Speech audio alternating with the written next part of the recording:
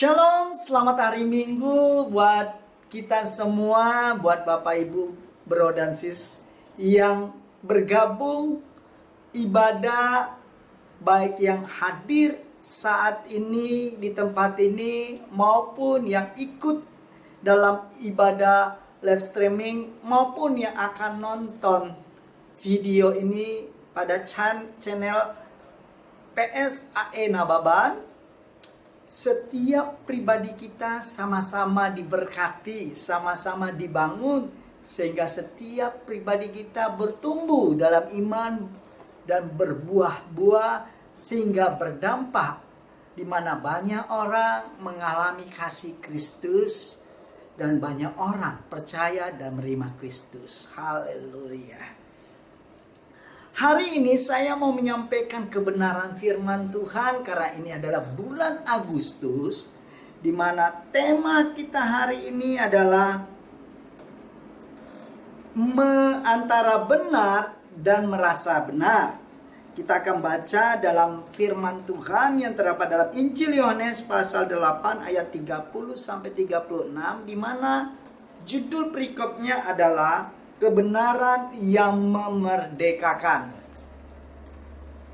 Sebelumnya saya sampaikan merdeka. Haleluya.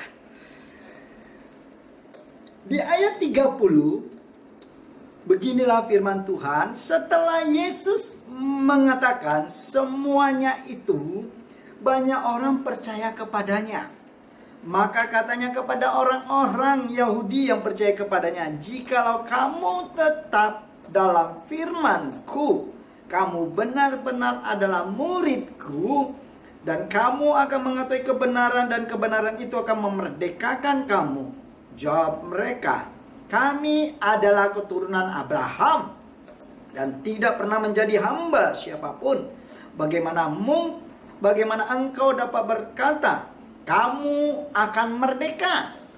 Kata Yesus kepada mereka, "Aku berkata kepadamu, sesungguhnya setiap orang yang berbuat dosa adalah hamba dosa.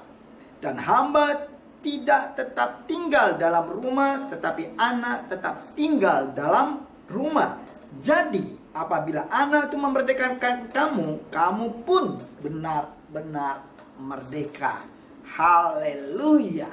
Hidup kita telah dimerdekakan oleh Kristus lewat darahnya yang tercurah di atas Kalvari, lewat pengorbanannya untuk menebus dosa saya dan saudara, dosa seisi dunia, karena Dia begitu mengasihi saya dan saudara. Haleluya.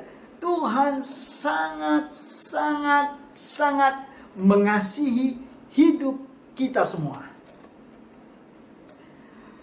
Seringkali kita menjumpai orang benar dan merasa benar dalam kehidupan ini. Menjadi benar itu sangat baik, namun merasa benar itu sangat tidak baik.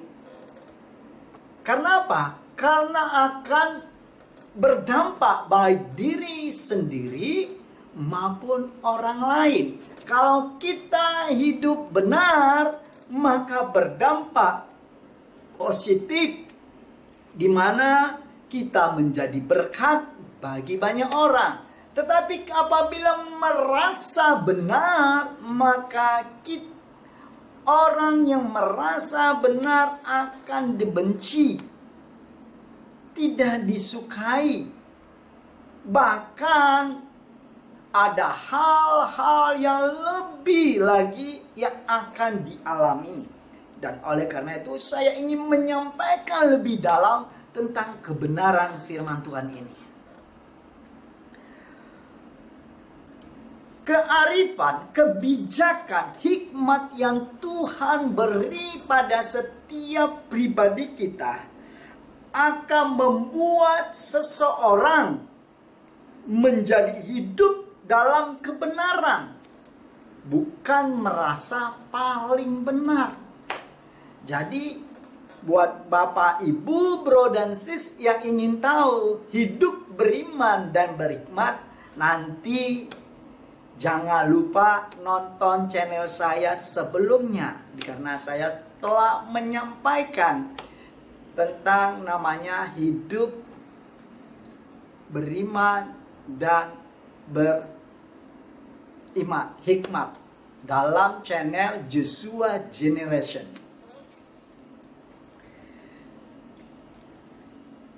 Apa sih Pak perbedaan antara orang hidup benar dan merasa benar? Karena ini sangat penting dalam kehidupan kita, dalam menjalani kekristenan kita, dalam menjalani nilai-nilai kekristenan dalam hidup kita, supaya setiap pribadi kita tetap ada di dalam Tuhan. Sama hal yang firman Tuhan katakan, tegaskan bagaimana Yesus mengingatkan, menegur orang-orang Farisi, orang-orang yang mengenal, yang tahu firman Tuhan, tetapi tidak hidup dalam firman Tuhan. Di mana dikatakannya di ayat 31, maka katanya kepada orang-orang Yahudi yang percaya kepada, jika kamu tidak dalam firman-Ku, kamu benar-benar adalah murid-Ku. Jikalau kamu tetap dalam firman-Ku, kamu adalah murid-Ku. Jikalau saya dan saudara ada dalam firman, maka saya dan saudara adalah murid Kristus. Haleluya. Jikalau saudara sebaliknya tidak ada dalam firman, maka sebaliknya bukan murid Kristus. Kan sederhananya. Di ayat selanjutnya dikatakan, di ayat 32, dan kamu akan mengetahui kebenaran, dan kebenaran itu akan memerdekakan. Artinya, kalau hidup kita ada di dalam firman, maka kita mengetahui kebenaran. Kalau kita tidak ada dalam firman, tidak hidup dalam firman, maka kita tidak mengetahui kebenaran. Dan kebenaran itu yang memerdekakan. Haleluya. Saya sudah dimerdekakan. Bapak, Ibu, bro dan sis sudah dimerdekakan. Hidup kita sudah dimerdekakan. Dimerdekakan dari apa? Dari dosa, dari kutuk-kutuk dosa. Jadi biarlah hidup kita serahkan sepenuhnya hanya kepada Tuhan. Karena hidup saya dan saudara telah ditebus, telah dibayar lunas oleh pengorbanan Kristus, oleh darah Kristus. Perbedaan antara orang benar dan merasa benar. Yang pertama, orang benar tidak akan berpikir bahwa ia adalah orang yang paling benar.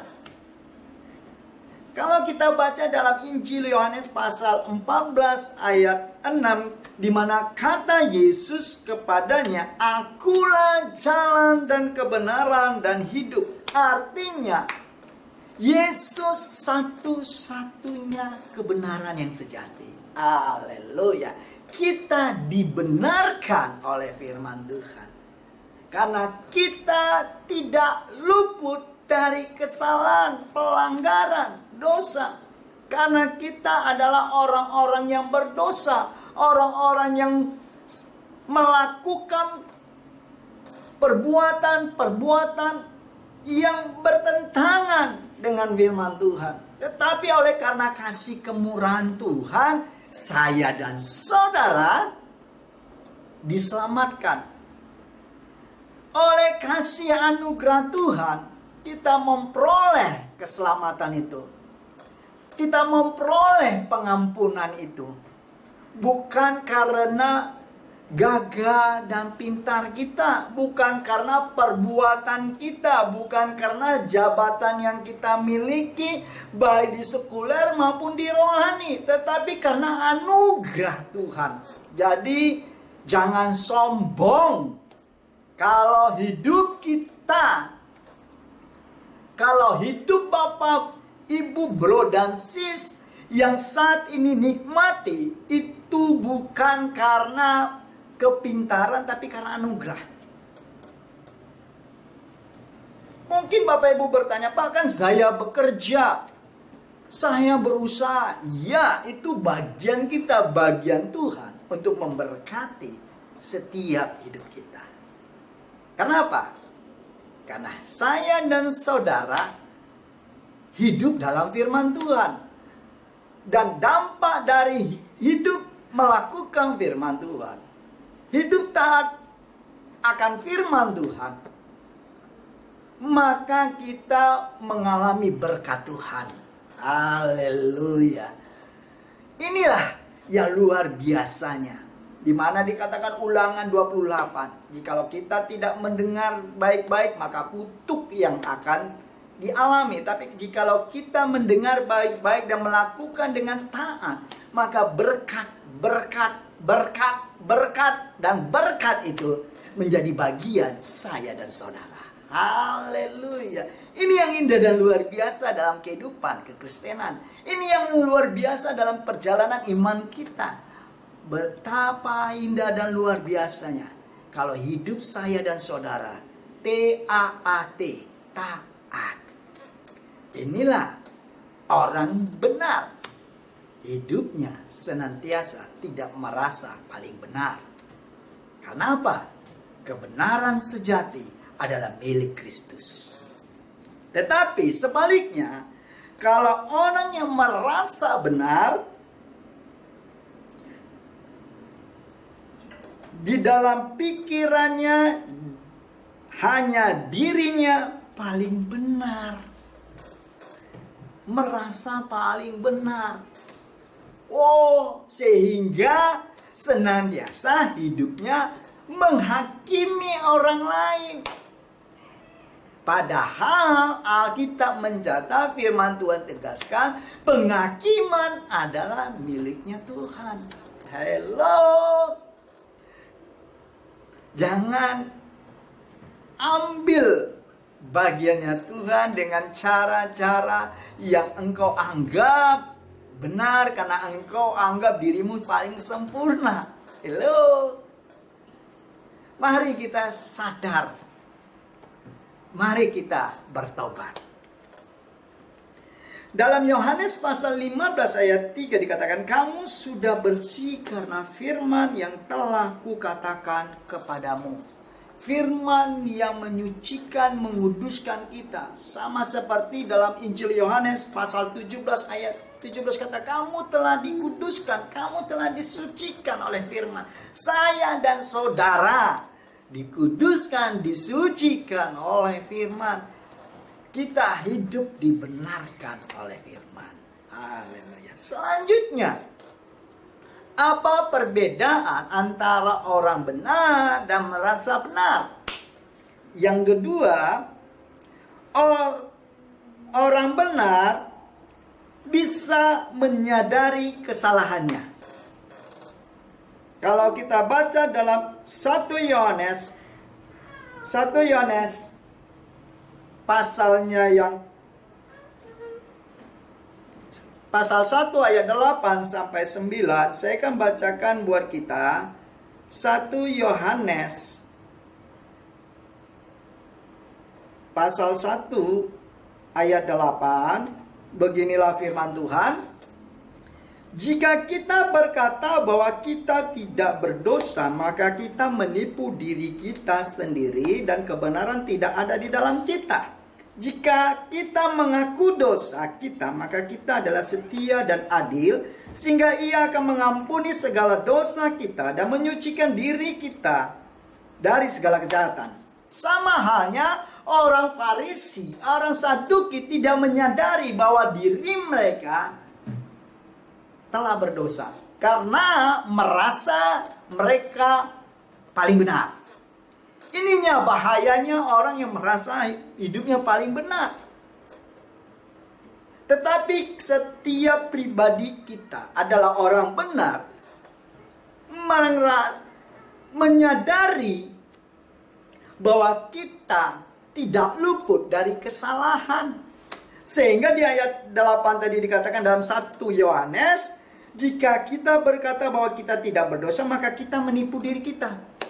Saya dan saudara tidak luput dari kesalahan, tidak luput dari dosa. Karena saya dan saudara tidak kebal dengan dosa. Tetapi, saya katakan sekali lagi, tetapi karena anugerah Tuhan yang menyelamatkan saya dan saudara, yang membenarkan saya dan saudara. Ini yang indah. Karena apa? Tuhan sangat mengasihi saya dan saudara.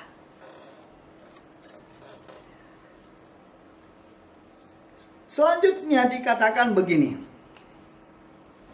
Kalau kita perhatikan orang yang merasa benar, dia tidak perlu mengakui kesalahannya. Ini orang yang merasa benar. Karena kalau kita lihat dalam kehidupan sehari-hari, orang sudah tahu salah, ngotot lagi gitu kan? Bahkan lebih garang lagi. Ini ciri-ciri orang yang merasa paling benar dalam hidup ini. Padahal kebenaran firman Tuhan mengajarkan kita untuk senantiasa mengakui setiap kesalahan dosa kita. Karena kita tidak luput dari kesalahan. Jadi buat Bapak Ibu, Bro dan Sis yang sebelumnya merasa paling benar, yuk cepat-cepat bertobat. Cepat-cepat sadar dan mengakui di hadapan Tuhan. Supaya apa? Supaya ada pemulihan dalam hidup ini. Sehingga hal-hal yang baik, hal-hal yang mulia yang dinikmati. Amin. Selanjutnya, yang ketiga. Apa sih perbedaan antara orang benar dan merasa benar? Seperti yang di ayat perikop yang kita sudah baca dalam Injil Yohanes pasal 8 ayat 10 sampai yang ke-36 tadi dikatakan, ditegaskan lagi. Yang ketiga, orang benar setiap saat introspeksi diri dan bersikap rendah hati. Sama tadi dikatakan, oh kami ini adalah keturunan Abraham. Kalau ditanya kembali apakah Abraham tidak melakukan kesalahan, saya katakan orang-orang benar juga melakukan ada kesalahan. Sama seperti apa yang dikatakan firman Tuhan. Daud adalah orang yang dikasihi Tuhan. Tapi Daud juga pernah melakukan kesalahan. Tetapi Daud menyadari kesalahannya. Dia introspeksi diri. Dia datang kepada Tuhan. Dia mengakui kesalahannya di hadapan Tuhan. Hidupnya dipulihkan. Hidupnya diperbaharui. Maka hal-hal yang indah dan mulia terjadi. Haleluya. Mau menikmati hal demikian? Introspeksi diri. Jangan keras kepala. Sama seperti Firaun. Alkitab katakan kalau sudah keras kepala, degil, ini bahaya. Seperti Firaun, dan akhirnya Tuhan keraskan. Supaya untuk apa? Supaya binasa. Orang yang keras kepala ini susah banget. Biarlah hidup kita kalau ketemu orang-orang demikian, apa yang bagian kita untuk mengingatkan, menesti, kita sampaikan. Dan biarlah Tuhan yang bekerja dalam hidupnya. Sehingga kita tidak menjadi hakim bagi dirinya. Amin. Kenapa? Kembali tadi saya katakan, penghakiman adalah haknya Tuhan. Saya dan saudara bukan hakim. Tapi kita adalah orang-orang benar. Karena hidup kita dibenarkan oleh firman. Selanjutnya dikatakan begini.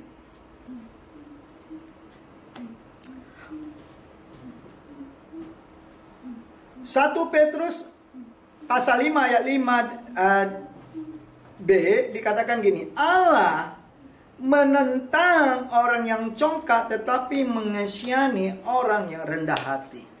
Orang yang senantiasa belajar introspeksi diri, mengakui kesalahannya, mengakui kekurangannya, mengakui keterbatasannya, sesungguhnya dia sedang membawa dirinya dalam kerendahan hati.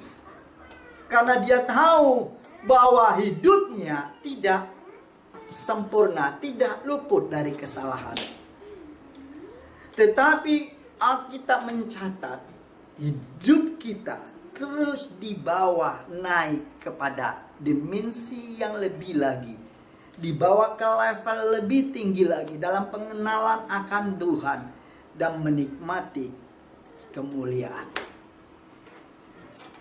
Siapakah itu? Saya dan saudara. Orang-orang yang mau hidup dalam kebenaran itu. Tetapi orang yang merasa benar tidak perlu introspeksi diri, merasa paling benar dan condong senantiasa tinggi hati, congkak. Makanya kenapa sering kali terjadi namanya perpecahan, karena merasa dirinya paling benar. Kita lihat kondisi dalam kehidupan sehari-hari, dalam pelayanan, maupun kita di saat kita menonton di media cetak, online maupun membaca di media elektronik maupun cetak. Ini yang sering terjadi. Biarlah Bapak, Ibu, dan Saudara, orang-orang yang hidup dimerdekakan, senantiasa tetap hidup dalam kebenaran firman. Yang selanjutnya dikatakan, yang keempat, orang benar tidak egois. Kalau kita baca Filipi pasal 2 ayat 1 dan keempat, Filipi pasal 2, saya akan bacakan buat kita semua. Filipi pasal yang kedua ayat 1 sampai 4 dikatakan begini. Jadi karena dalam Kristus ada nasihat, ada penghiburan kasih, ada persekutuan roh, ada kasih mesra dan belas kasihan. Karena itu sempurnakanlah sukacitaku dengan ini. Hendaklah kamu sehati sepikir dalam satu kasih, satu jiwa, satu tujuan. Dengan tidak mencari kepentingan sendiri atau puji-pujian yang sia-sia. Sebaliknya, hendaklah dengan rendah hati, yang seorang menganggap yang lain lebih utama daripada dirinya. Dan janganlah tiap orang hanya memperhatikan kepentingannya sendiri, tapi kepentingan orang lain juga. Hendaklah kamu hidup dalam hidupmu bersama menaruh pikiran dan perasaan yang terdapat juga dalam Kristus Yesus. Jadi orang yang benar akan memperhatikan orang lain, bukan hanya mementingkan dirinya. Apalagi pada saat ini, masa new normal ini, dalam kondisi, dalam pandangan orang-orang yang tidak begitu baik. Tetapi orang-orang benar akan memperhatikan orang-orang yang butuh pertolongan, orang-orang yang membutuhkan belas kasihan. Karena saya dan saudara adalah saksi Kristus. Kita ada ditempatkan di mana Tuhan percayakan untuk menjadi berkat, menjadi terang. Oleh karena itu, mari tetaplah memperhatikan orang-orang lain, orang-orang miskin, orang-orang yang membutuh pertolongan. Karena kita adalah dutanya Kristus, kita adalah saksi Kristus. Saya dan saudara, Tuhan percayakan untuk senantiasa menjadi berkat di negeri ini, di bangsa ini. Sehingga orang akan melihat dan mengalami namanya kasih Tuhan itu. Amin. Sehingga nama Tuhan Yesus Kristus yang dipermuliakan. Bukan kita. Biarlah kita semakin kecil, tapi Kristus semakin diperbesar, semakin dipermuliakan. Inilah hidup ini. Inilah perjalanan kekristenan. Inilah setiap orang benar memahami dan menyadari bahwa kita adalah terang berkat bagi bangsa ini. Haleluya.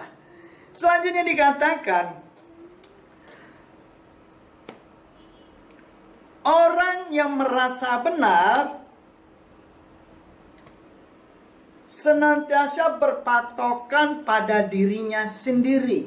Egois. Sama seperti salah satu sifat dari si jahat. Aku hendak. Semuanya sentralnya pada diri sendiri. Sentralnya pada akunya. Kapan orang lainnya? Jadi buat Bapak Ibu Bro dan Sis yang tidak mau menjadi saksi Kristus, saya katakan Bapak Ibu Bro dan Sis adalah orang-orang yang merasa paling benar. Padahal Alkitab katakan kalau kita orang benar akan peduli dengan orang lain. Kalau kita sudah diselamatkan, maka kita memberitakan kabar sukacita itu, menyampaikan kebenaran itu, bahwa di dalam Kristus ada keselamatan, di dalam Kristus ada pengampunan, di dalam Kristus ada pembebasan, ada kemerdekaan. Haleluya. Saya dan saudara harus lebih peduli lagi dengan sesama. Mari kita lihat lingkungan di mana kita berada. Masih banyak orang yang belum menerima Kristus. Masih banyak orang yang belum percaya pada Kristus.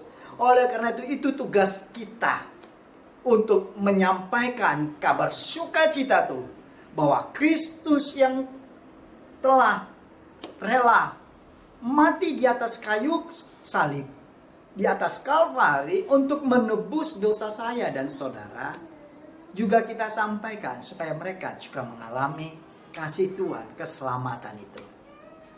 Amin. Marilah kita menjadi saksi Kristus. Kalau seandainya di negeri ini atau di mana kumpulan orang-orang percaya, seandainya 10, kalau satu bawa satu, maka dalam waktu dekat orang akan banyak mengenal Kristus. Sama halnya dari jumlah yang sedikit murid Kristus, orang bisa mendengar kabar sukacita, kabar keselamatan sampai ke ujung-ujung dunia. Inilah berita yang luar biasa. Biarlah saya dan saudara adalah orang